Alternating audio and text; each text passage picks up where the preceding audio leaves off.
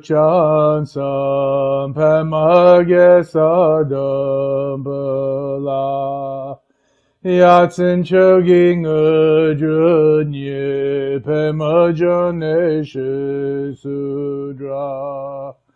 Kodu kandra mamba kod kieke jesu dadre. Shingula chishe suso guru pema siddhi ho.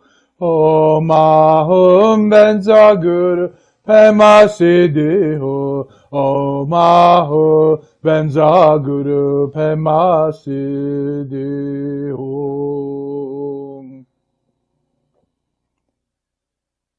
May the Buddha's blessings ever awaken and illumine our minds. May the enlightened one's blessing and inspiration ever unfold in our good hearts. May the inconceivable blessing of enlightenment, of awakefulness itself, dispel the momentary illusion we've ever been separate, incomplete, or apart. Homage to the Buddha-ness within. May all realize it and be benefited by it for a better world and a better future for all the generations. And may you all be included in our sterling aspirations and dialogue today.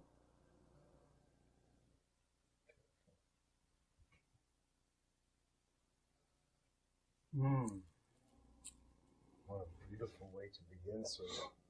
This is an ancient yet timeless Tibetan prayer and invocation called the seven-line prayer to the Lotus Guru, the founder of Tibetan Buddhism, of Tantric Buddhism, of Dzogchen Padmasambhava, the lotus-born guru who came from India to Tibet in the 8th century A.D.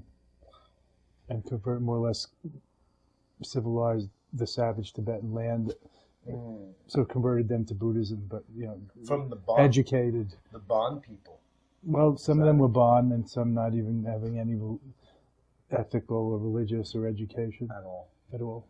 Now, can you do it in Yiddish? Gewalt. Oi. A fellow like you should be able to be My mother is turning over in her grave now, thinking he can't do that in Yiddish. All those years She would have a more school? smart answer, like that was Yiddish. She'd say, "I heard Yiddish. It's my son." It's all good. What are you That was talking? Yiddish. Enough. God understands. I mean Buddha. That's my mother. My mother was a funny one. Oh, that's funny. I love how she shows up in your book. Joyce Miller, the Mama Lama. Yeah, the Mama. That's beautiful. We are seated today here at A Better World with Lama Surya Das.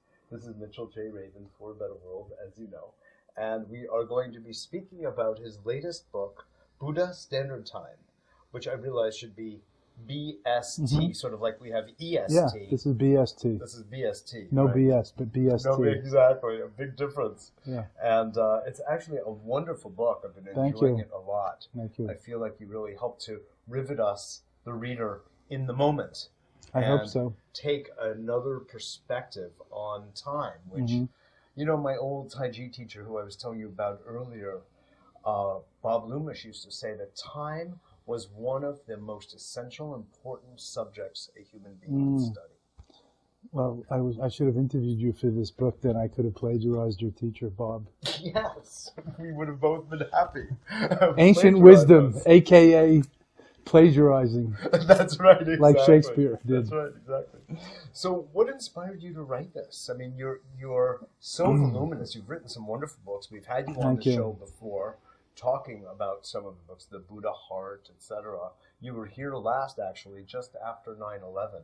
And here we are, interestingly, again, 10 years later. Well, it's interesting. Yes, we just had the 10-year... Talk about time cycles, 10-year commemoration of that terrible day. Yeah. I was in Washington, D.C. for that. We had a Buddhist peace event weekend. You helped us through our show back then to grieve and to experience the feelings that came up for all of us at the time. You were in New York and you were kind enough to come. Well, that was a real learning moment, a teaching moment, and I think we all remember how everybody was very vulnerable and collaborative and empathic at that time.